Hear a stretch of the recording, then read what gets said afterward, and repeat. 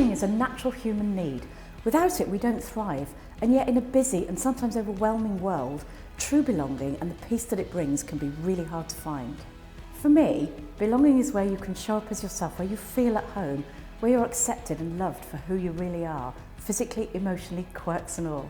A lot of my work with clients is rooted in neurobiology, and there's really good scientific reasons why connection and belonging are so important to us. We're all hungry for meaningful connection in our lives, even when we've already got plenty. When we feel connected, or like we belong, we function better as individuals and as a society. While we might play down our need to connect and play up our individualism, our self-sufficiency and our independence, the brutal reality is that humans don't function well in isolation. We're connected creatures. Put very simply, your autonomic nervous system, your heart, your brain, your gut, all that connection is around 80% sensory fibre, which means that it reacts to the information it picks up through your reticular activating system. This is what you see, what you hear, what you feel, what you smell and what you taste. It will seek to reinforce what you already believe, look for more of what you're focused on, and most critically, it'll keep you safe by prioritising the information that suggests that you might be in harm's way. Now here's where it gets interesting. What you believe might be harm's way and what I believe could be profoundly different. Sure, burning buildings, mad axemen, unless of course you're at last year's Bravefest, they're all potential harm. But there's also a massive variation in our individual perceptions of danger versus safety, in our tolerance of perceived risk. It is these perceptions, or how you feel, that create the chemical reactions on which your body functions. Much of this activity takes place within the limbic system of your brain, which means that you may not even realise it's happening. Connection, that feeling of belonging, creates a sense of bonding and empathy. It reduces risk perception for most people. And in part, this is because we feel safe, so we can afford to be more vulnerable. We can let others get closer to us. This is very different to fitting in, where we adapt our behaviour, our look, even our opinions in order to fit with the group that we're in. This can have the exact neurological opposite effect, creating a sense of heightened awareness, sometimes an internal clash with your values, a loss of identity, even feelings of anxiety. Fitting in is not good for the human condition, even though it's what most of us are taught to do from a really young age. We're taught through subtle conformity at school, in clubs, in peer groups, in our professions, long before we get onto culture, religion and sex and so on. Anyway, back to business before I really get on my soapbox. Recent neuroscience research, check out Matthew Lieberman's work, shows that our brain's default state is social thinking. So when it has no tasks to process, our brain's default is social processing, or in other words, making sense of other people and ourselves.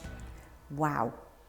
Your brain is busy working to make sense of other people, what they think, what they feel, what they desire, and how that relates to you. In other words, again, how and where we belong and where lack of belonging puts us at an unacceptable risk.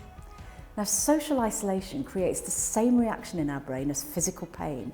The distress it causes is very real and has major health ramifications. It also has ramifications for how you do business.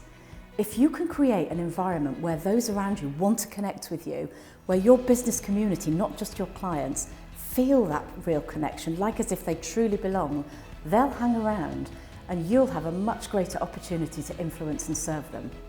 So how do you go about creating that sense of belonging? First of all, belonging is usually values and belief driven. This means that people will buy into your why, your reason for doing things, or they'll believe what you believe, long before they ever buy into you, and certainly before they buy your products. They will connect because you inspire them, or they have the same journey, they're fighting the same injustices, or because they feel trusted and that they can make a contribution. Yes, you heard right. To feel that they really belong, your clients want to make a contribution.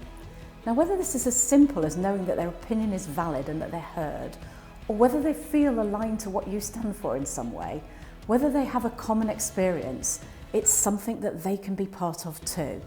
I can already feel some of you prickling, saying this is very coachy, but it's absolutely true of services, products, brands too. The obvious example is Apple versus the rest of the IT world. But let's think a bit more laterally. What if you buy toothpaste? Some people will buy the cheapest, some will have a favourite brand, and others will make a choice based on sustainable palm oil, for example, or deforestation. That is belonging. Evidence also suggests that people will pay a premium to feel part of something that's doing good. So whatever you sell, to a large extent, you are selling the experience. To create belonging around your business, you need to define the experience that you give people. Communities people want to belong to have some common characteristics. These include shared experiences, common outlooks. They're a place where members can self-identify as part of that community. Members need to feel that they're adding value to the community, that they're sharing, that they're learning, that they're contributing, and that their engagement is making a difference. What can you do to create this around your business? First up, it takes time. Most people are completely capable of doing this. They just give up too early. You need to put the effort in, and you need to be authentic and human. The temptation is to only share the glory stuff, to big up what you're doing, the success, the drama.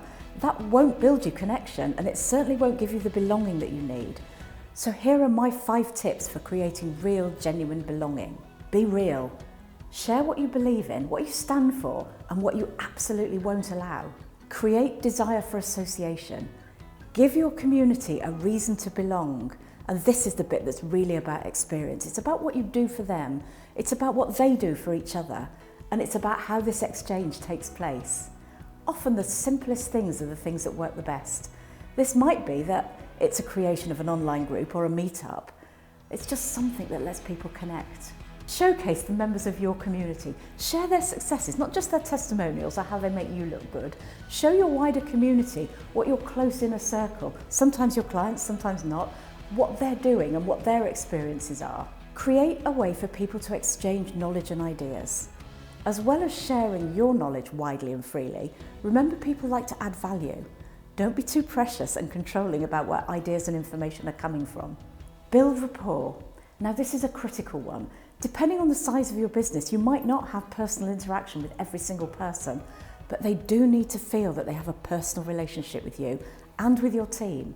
Not just with a company or a website, belonging is really personal. If you take nothing else away from this video, take this. People remember how you make them feel more than anything else. So handle those feelings with care. Connection and belonging are hugely important to me in my life as well as in my business. And this was the main motivator behind Brave Co-work. Now I know not everyone can join us in Stratford, although if you're in the area, you're always welcome to pop in and have a coffee. If you need a place to work for an hour, hang out with us and the other great people. And I'm talking about our members, not just our Brave team. If you've enjoyed this though, and you want some virtual co-working, join us in the Braver Business Group, which is our Facebook community. I'm in there all the time, so are our team, so are our great members. We'd love to see you in there too.